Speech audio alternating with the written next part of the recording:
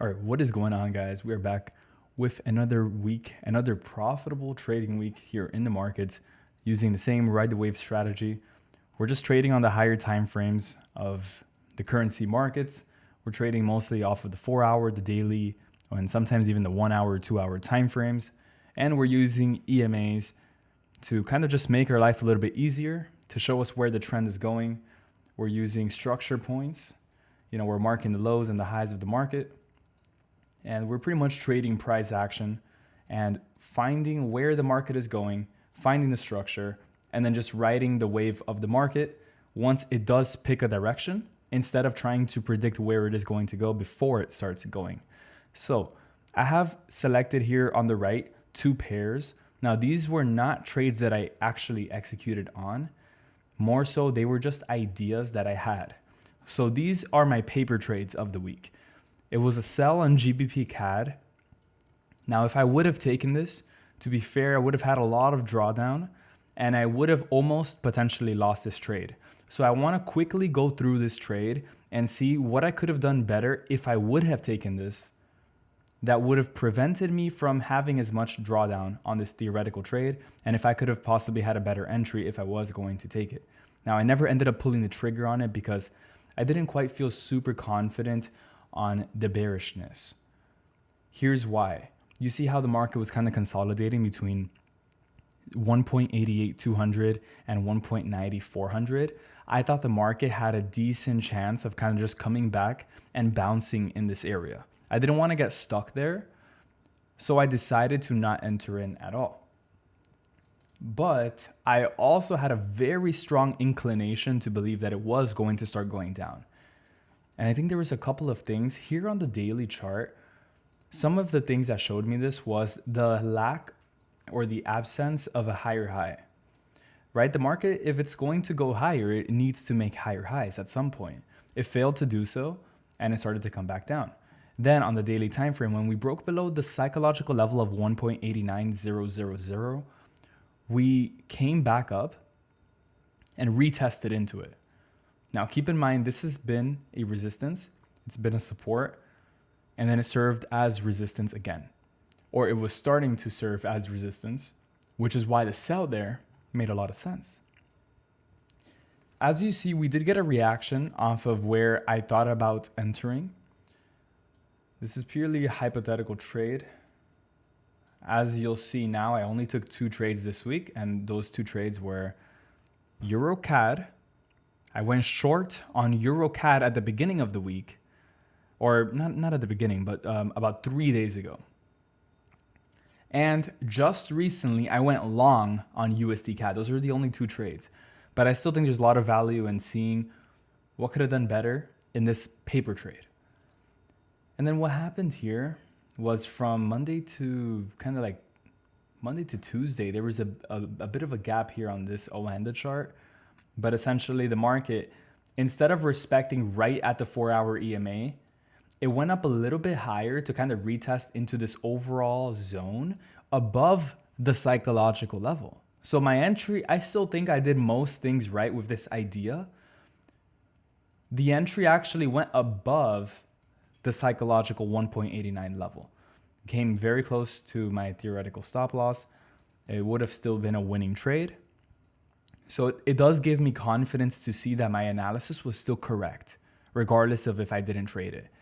Now, USD CHF, this was a beautiful trading idea. I actually placed a buy limit here because I wanted to get this was pretty much my highest entry. I wasn't going to go any higher than 0.8150. Reason for that is because the risk to reward, and I needed to have my stop loss below these lows, but I didn't want to have a take profit too much above these highs, right? So it's always a balance between how safe of a stop loss can you have and how realistic of a take profit you can place. Because if you target a price that's too high, then you might just not reach it. Now, in this case, with hindsight, we could have said easily, we could have had a bigger target and a bigger stop loss. And it still would have been a 1 to 3 risk to reward if I would have entered market execution. But instead, I placed a buy limit about, what was it, 5 pips? Between 5 and 10 pips below current price. It never got activated. As you see, this candle formed without a bottom wick. I didn't get activated on the buy limit and the price continued higher. But the idea was correct. And this still gives me a lot of confidence for my strategy. Very good, very good. This is a win for me. Now, the trade that I took right around that same time, right? I saw this opportunity on Tuesday and I took this trade on Tuesday.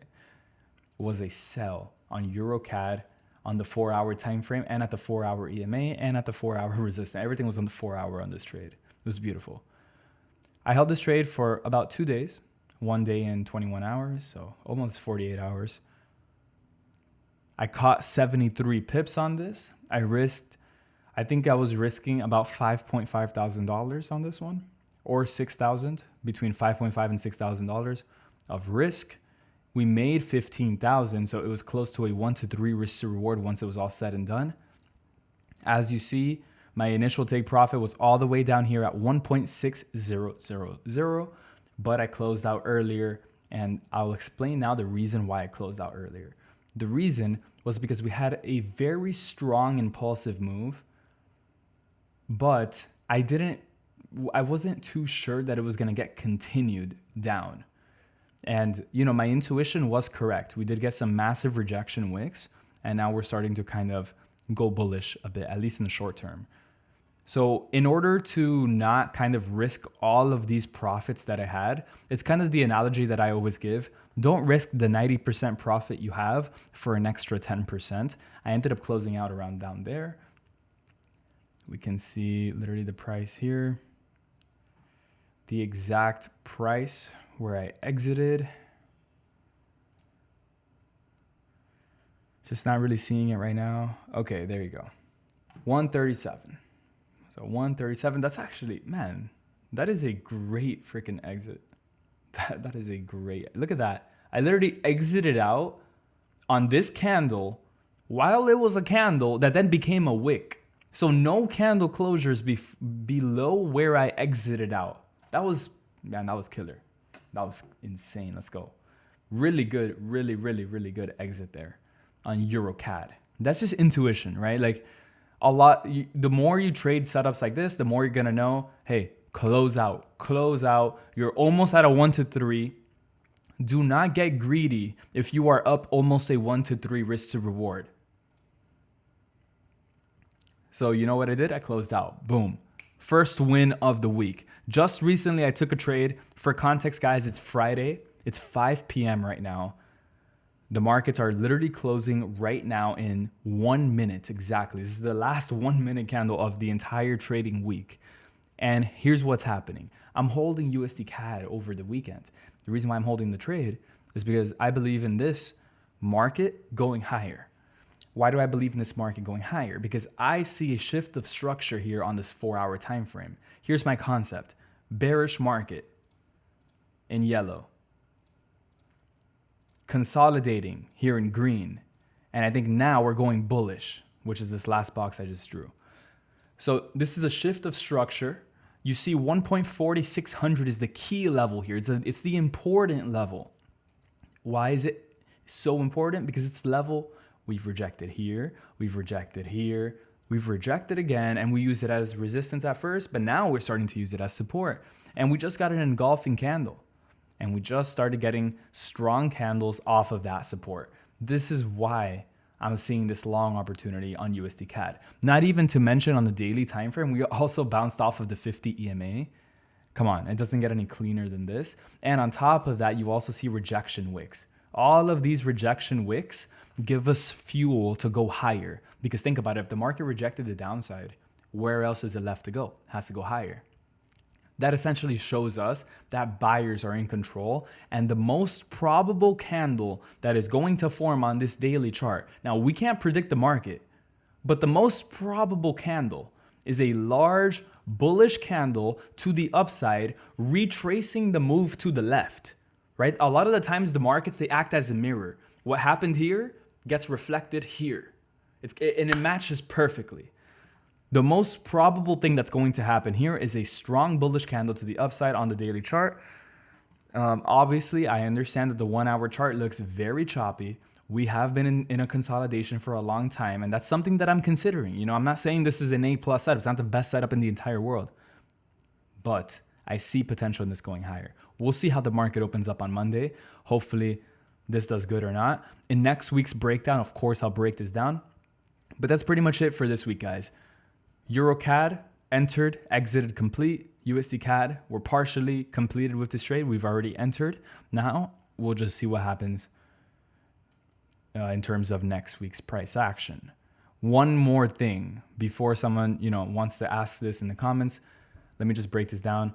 When do you hold over the weekend and when do you close before the weekend? It's very simple. If you have a sufficient amount of distance between your entry price and your stop loss, then you can hold over the weekend. If you are in drawdown, I do not recommend holding over the weekend.